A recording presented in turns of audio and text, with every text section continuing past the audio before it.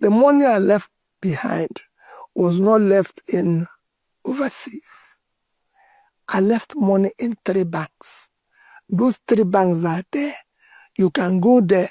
In fact, after this interview, I have in my little office here a photocopy.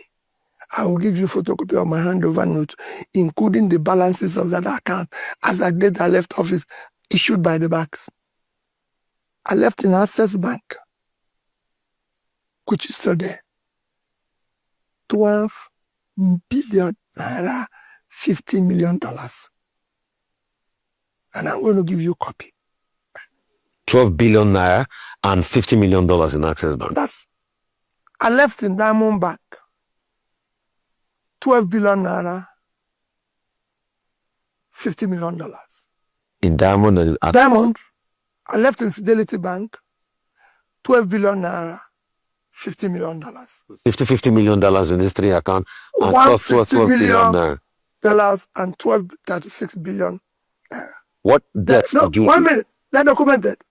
Rufai, the day I left office,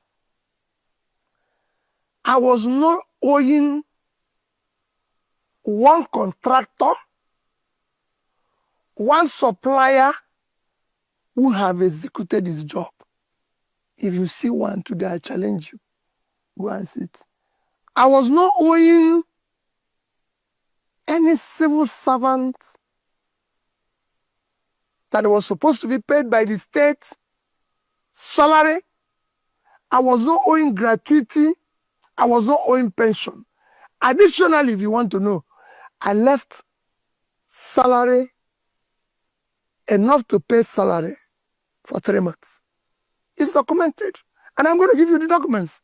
It's not something that anybody... So I wasn't owing anybody. So you said you were not owing people that had completed their job, but you were owing those that had not completed their jobs. If you haven't done your job, can I pay you? How can you pay somebody who haven't completed a job? Even you. So you are not paid those that were not completed, that the job was still ongoing.